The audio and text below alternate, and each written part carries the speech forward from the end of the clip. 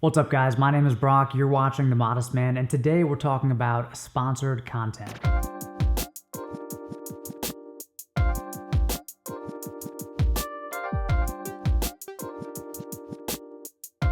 In a world full of influencer marketing and paid product reviews, I think it's more important than ever to really understand what exactly sponsored content is. As a viewer, you want to know that you can trust the influencers and the publishers that you're following for advice. And as a content creator or a publisher, I need to know what rules I need to follow and what I need to disclose when I'm working with brands in various ways. Now, this is actually a two-part series. The two major ways that people like me, YouTubers, make money is, one, sponsored content, and another big revenue channel is affiliate marketing. I want to talk about both of them, but they're big topics, so I'm going to split them into two videos. Today we're going to talk about sponsored content. I'm going to give you the legal definition of sponsored content, and then we'll look at the three most common scenarios that YouTubers or bloggers find themselves in when they're working with brands. And then I'm going to give you my opinion on the differences between getting a paid partnership and getting free stuff. Real quick, when I say brand, I mean a company that sells products or services. And when I say publisher, I mean content creators like YouTubers, Instagrammers, or bloggers. First, let's look at the actual dictionary definition of the word sponsor. Sponsor can be a noun meaning an organization that pays some or all of the costs involved in staging an event in return for advertising. Or it can be a verb meaning to provide funds for a project or activity or the person carrying it out. Now, remember that definition because there's a ton of confusion around the actual word sponsor and sponsorship. Okay, let's look at the three most common scenarios that YouTubers find themselves in when they're dealing with brands. Okay, so scenario A, a YouTuber is paid $5,000 to promote a men's t-shirt brand. He has a signed contract with this company and it lays out the terms of their campaign. So it's got talking points, publishing deadlines, it gives the company a chance to look at the content before it goes live.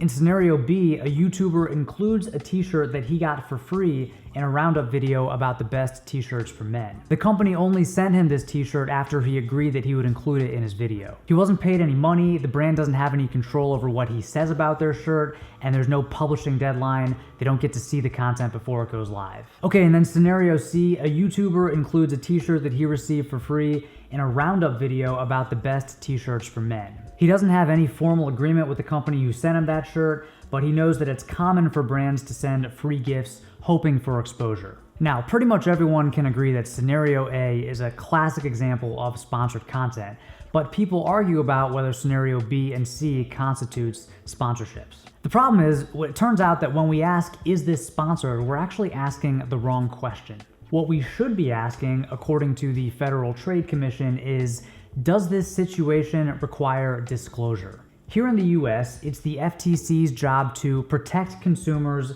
from deceptive business practices. And most countries have a government agency like the FTC.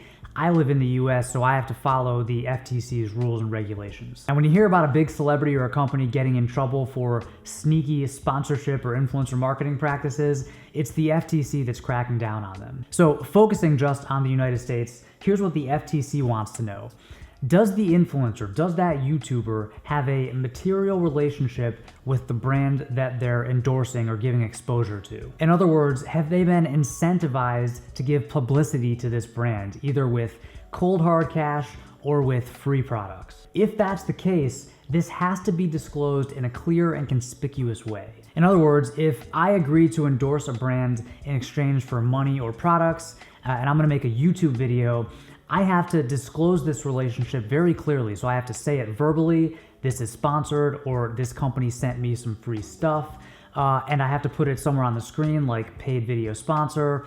And then just to be safe, somewhere down in the description, I should also disclose it down there. Now, you don't have to use the word sponsored in your disclosure. And in fact, the FTC would prefer if we just used plain language. They don't want us to say hashtag sponsored. They want us to say something like, brand X reached out and offered to send me these shoes for free if I did a video review.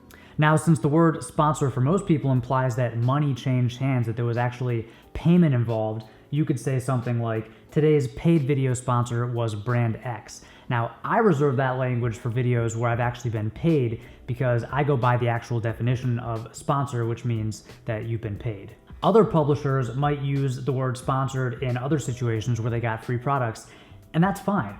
But if they don't, you're not gonna get in trouble with the FTC because they just want you to be clear about the situation. So if you got some free stuff and you made a video about it, say that you got the stuff for free. So what about scenario C, where you didn't actually agree to promote anything? What if you didn't even know that the brand was gonna send you something? A package just showed up at your doorstep. This is actually extremely common. It happens all the time, and it's probably the most common scenario that I find myself in as a men's style YouTuber.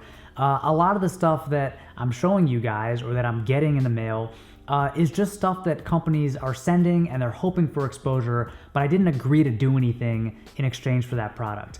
And I'm sure of that because whenever a company reaches out, I always send them the same email.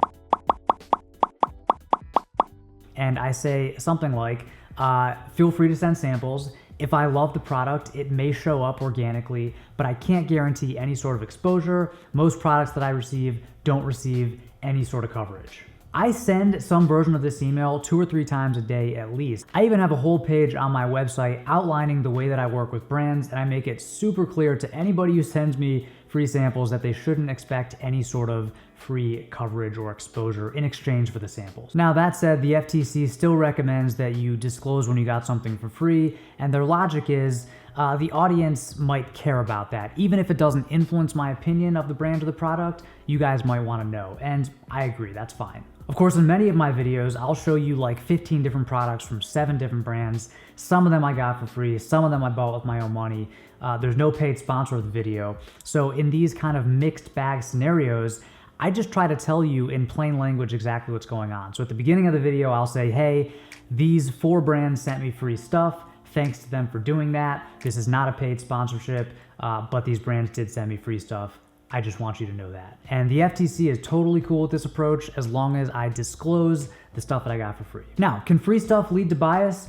Of course it can, but I think there are 2 huge differences between getting a paid partnership with a brand and getting free samples. Number 1, you can't pay your rent with free stuff. Free samples in my line of work is a perk, and it's a huge perk, but it's not a business model. You know, you can't make a living that way. Sponsored content, that's a business model, and it's a very lucrative one. The second big difference, and I think this is the more important one, is when you get free samples, the brand doesn't have any say over your content. They don't have talking points, you don't have a publishing deadline, they don't get to look at your video before it goes up. So it's fundamentally different than when you have a paid agreement where they get to dictate the content, they get to look at the content before it goes live, they know when it's going live.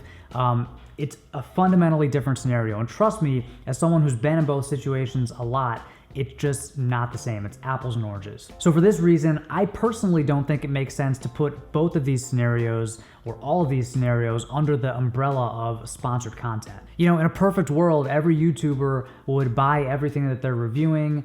They would never do any paid partnerships, and everything would be totally unbiased. But that's just not realistic and it's not sustainable. But there are different ways to monetize YouTube channels, and I think much better ways than sponsored content, and one of them is called affiliate marketing. So make sure to check out part 2 of this series that's all about another very popular monetization method, affiliate marketing. We'll talk about what it is and how it's different from sponsored content. All right, I hope this clears some things up. I know it can be a confusing issue. If you have any questions about this stuff, leave them down below. I will be checking comments. Thank you as always for watching, and until next time, stay stylish.